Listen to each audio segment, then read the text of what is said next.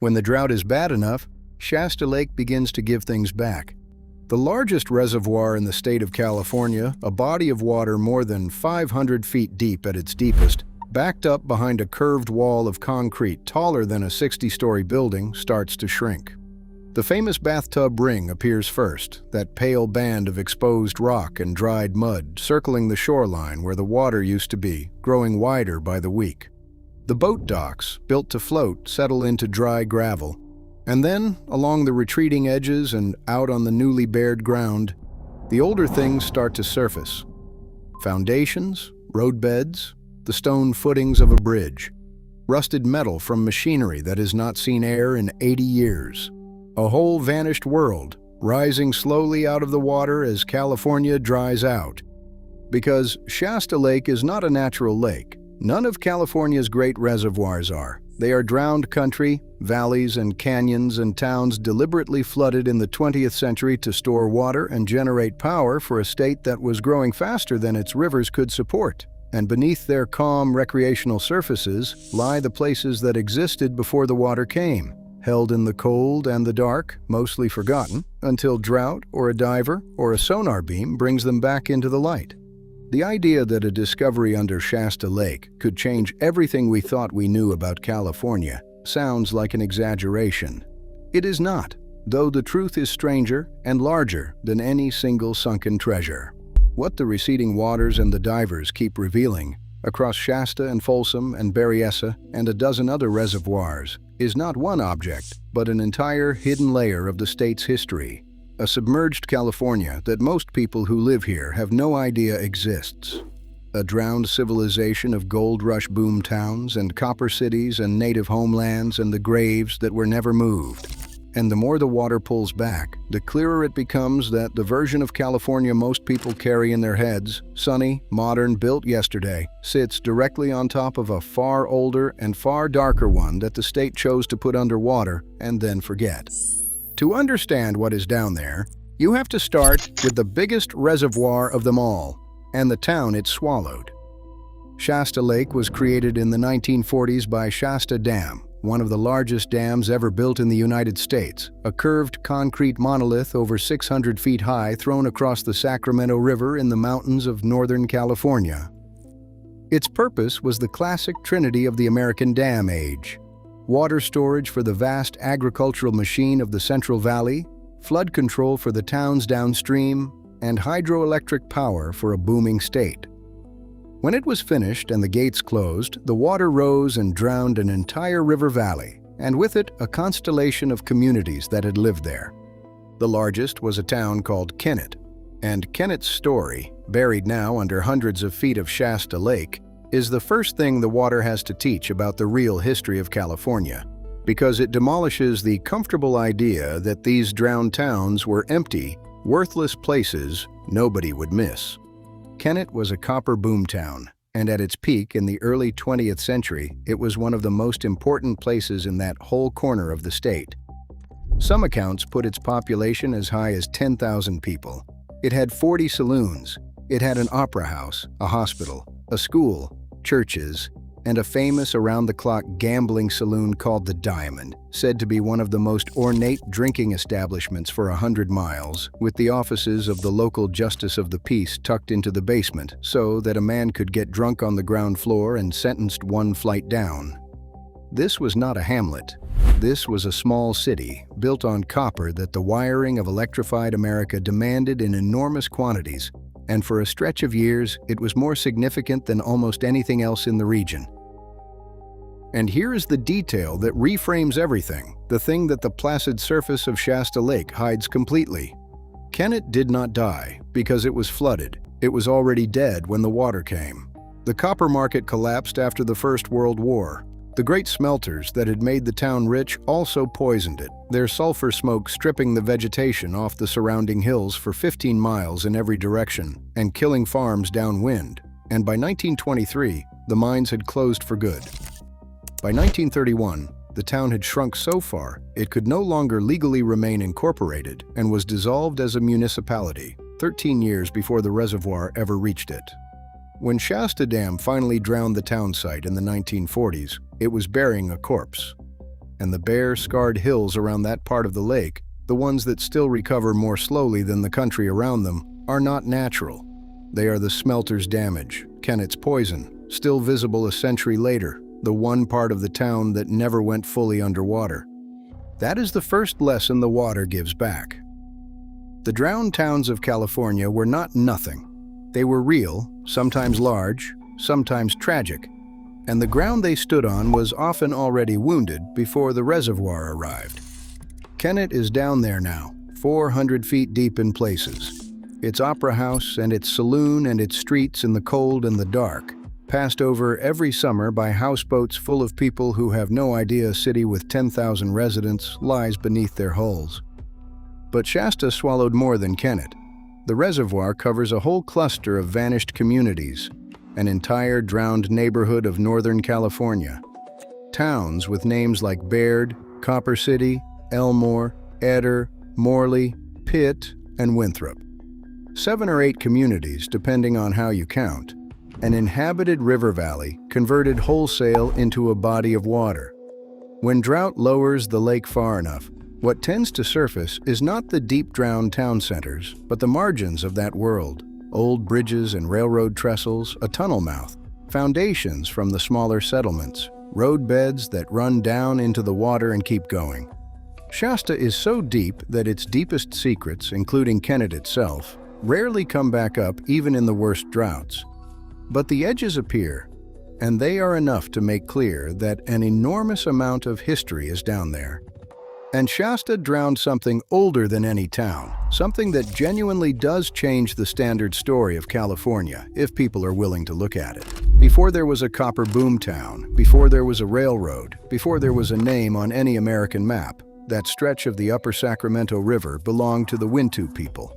9 major groups, something on the order of 250 villages up and down that river system. They had lived there for thousands of years, and they had a name for the exact place where Kennett would later stand.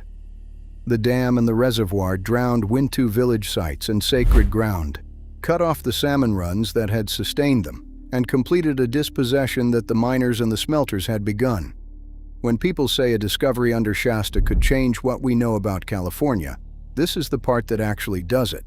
The reservoir sits on top of a native world thousands of years old, drowned on top of an earlier drowning, and most of the state has never been taught that it is there at all.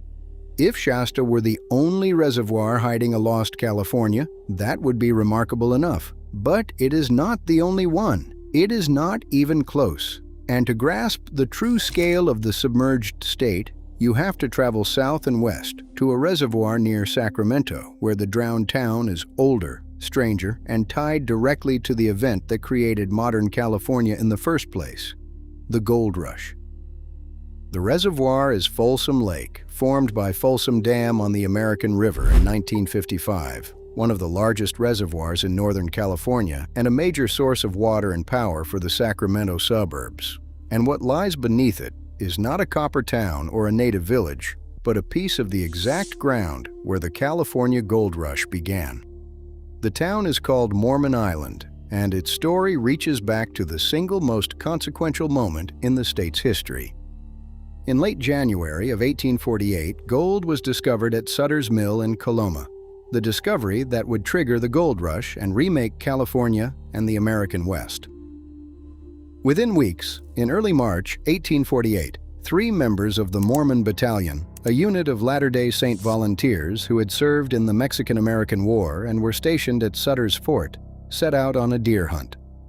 They stopped along the South Fork of the American River, and they found gold. When they returned to the fort with the news, a rush followed, about 150 Mormons and other miners flocking to the spot, and a town sprang up around it. They called it Mormon Island.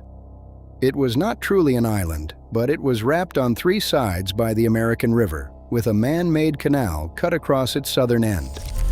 This was, by the accounts, the first major gold strike in California after Marshall's discovery at Coloma.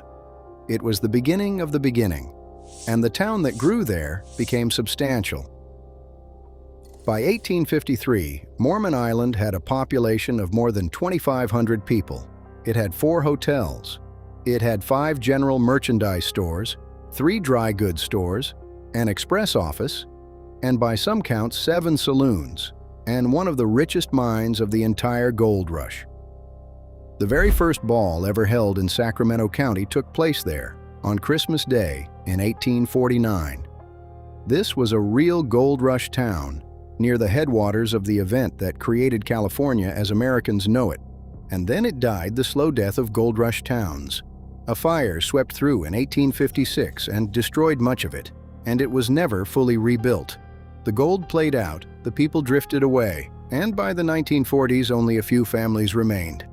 When Folsom Dam was built in 1955, whatever was left of Mormon Island was razed and flooded, its site vanishing under the new reservoir, along with several other gold rush settlements nearby, places with names like Salmon Falls and Red Banks. The center of Mormon Island came to rest about 70 feet underwater, and for most of the reservoir's existence, it has stayed there, invisible, forgotten, a footnote submerged beneath a lake where people water ski and fish without a thought for what is below them. But California is a state of droughts, and the droughts have been getting worse, and Folsom Lake is where the drowned world comes back most vividly. Because Folsom is shallower and more responsive than Shasta, its levels swing dramatically, and in the severe droughts of recent years, the lake has dropped far enough to expose Mormon Island to the open air for the first time in decades. It happened in 2014 and 2015, when the lake fell to levels not seen since the catastrophic drought of 1976 and 1977. It happened again in 2021, when the reservoir dropped to around 381 feet, and the ruins reappeared even earlier in the year than before, an alarming sign of how severe the drought had become. And each time it happens, something extraordinary occurs. People walk out across a lake bed that is normally under more than 100 feet of water, and they find a gold rush town lying there in the sun. They find the hand-built stone walls, laid up by miners in the 1850s, still standing after more than half a century underwater, refusing to fall apart. They find building foundations, brickwork, the remnants of the old Natamus ditch water system. They find broken pottery, old glass bottles, a doorknob, rusty nails, door hinges, the small scattered debris of vanished daily life lying on the ground exactly where the water covered it in 1955. There is a quality to those exposures that the people who witness them struggle to describe. One visitor spoke of a beautifully made rock wall, hand-done, that had survived under the water all those years and did not fall apart when the water went down. Others described the strange doubling of it, walking ground they had kayaked over, standing among stone rooms and piles of nails where a river valley and a boom town used to be, unable to reconcile the drowned town with the familiar lake. And always there is the knowledge, hanging over the whole scene, that it is temporary. The water will come back. When the rains return and the reservoir fills, the town goes under again, the lake sliding over the stone walls and the broken teapots like skin over bone, until there is no ghost town and no lake bed, only the flat blue surface and no sign at all of what waits beneath it. The authorities treat these reappearances with a seriousness that tells you how real and how valuable the drowned history is. When Mormon Island and the other gold rush sites surface at Folsom, California state parks and federal officials post warnings and station interpretive staff on site. Removing or disturbing artifacts is a violation of state and federal law. Under the Archaeological Resources Protection Act, taking artifacts can be punished with fines as high as $250,000 or imprisonment. Metal detectors are banned. The message from the officials is blunt and revealing. These are not curiosities to be looted, but archaeological sites of genuine historic importance, and, as one park statement pointedly noted, the people who lived in these towns have descendants who are still alive today, who are owed the respect of not having their family's history destroyed. This is not how you treat a worthless ruin. This is how you treat a piece of the state's origin story that happens to spend most of its time underwater. And Folsom is only one more reservoir among many. The pattern repeats across California with a regularity that starts to feel less like a series of coincidences and more like a hidden structural fact about the state. Beneath Lake Isabella lies the drowned town of Whiskey Flat, later renamed Kernville, relocated in the 1950s before the water came. Old Kernville was demolished and submerged. Beneath the reservoir behind Shasta Dam lies the town of Millerton, a former county seat, drowned in the 1940s. Up and down California, the great water projects of the 20th century flooded inhabited places, and those places are still down there, surfacing in fragments whenever the droughts pull the water back. The submerged towns are not exceptions. They are a category. California has an entire second geography of drowned communities that only becomes visible in dry years, and the dry years are coming more often. Then there is the reservoir, where the drowned town story is arguably the most heartbreaking of all, and where the lake itself has a landmark so strange it has become famous in its own right. That is Lake Berryessa in Napa County, and beneath it lies the town of Monticello. Monticello was different from Kennett and Mormon Island in a way that makes its drowning harder to justify. It was not a dying copper town or a played-out gold rush camp. It was a healthy, thriving farming community in one of the richest agricultural valleys in California, the Berryessa Valley, with soil so good that people never stopped talking about it, in a county that would go on to become the most famous wine region in America. Monticello had been founded in 1866, and its people had fought the dam for half a century, from the first proposal in 1907 all the way to the end. They lost, and in the 1950s the government took the valley by eminent domain, and what happened next was documented in a way almost no other drowned town ever was. Because before the water came, the great photographer Dorothea Lange, the woman who had made the defining images of the Dust Bowl and the Depression, came to the Berryessa Valley with her collaborator Perkle Jones and spent a year photographing its death. They photographed the last harvest, brought in by farmers who already knew the valley was doomed. They photographed the town store, the burning of the houses, and the cemetery being emptied, roughly 300 graves exhumed and moved to higher ground before the flooding. Their work became a body of documentary photography called Death of a Valley, and it means that Monticello, alone among California's drowned towns, has a witness, a permanent record of exactly what was lost. The valley went under in the late 1950s, and Monticello now lies beneath the waters of Lake Berryessa, its main street and its foundations somewhere down in the dark. And Lake Berryessa holds the single most surreal object in all of California's drowned country, a thing that looks less like engineering than like a portal to another world. It is called the Glory Hole. Formally, it is a morning glory spillway, a vast circular concrete drain built into the reservoir to carry off excess water when the lake gets too full.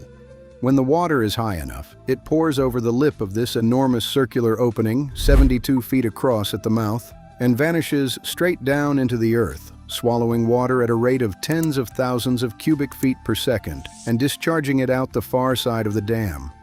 When it is running, it looks exactly like a giant drain in the surface of the lake, a hole in the water, and people drive for hours to watch the lake pour into it.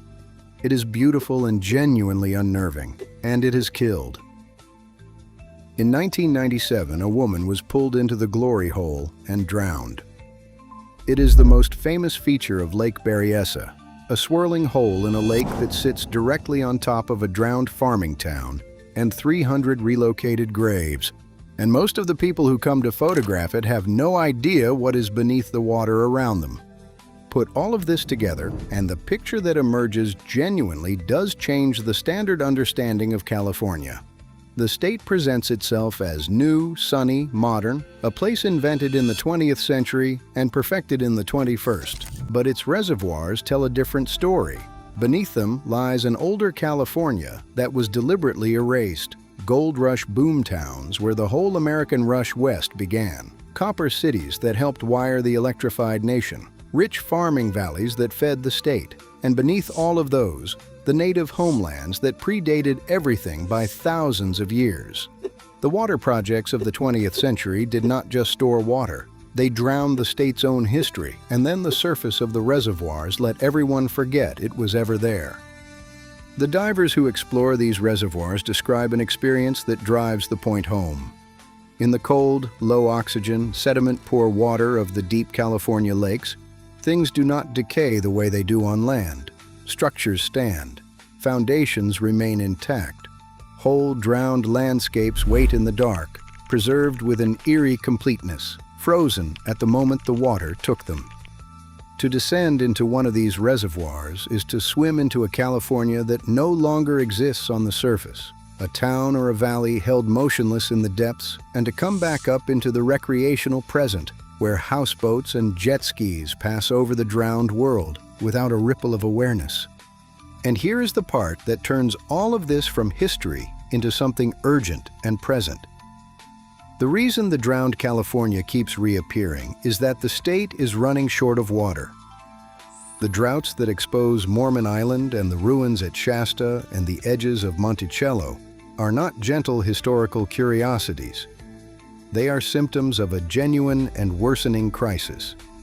When Folsom drops to reveal a gold rush town, when Shasta falls 100 feet below normal and bears its scarred hills, when the reservoirs across the state shrink toward record lows, the drowned past is being handed back precisely because the water future is in doubt.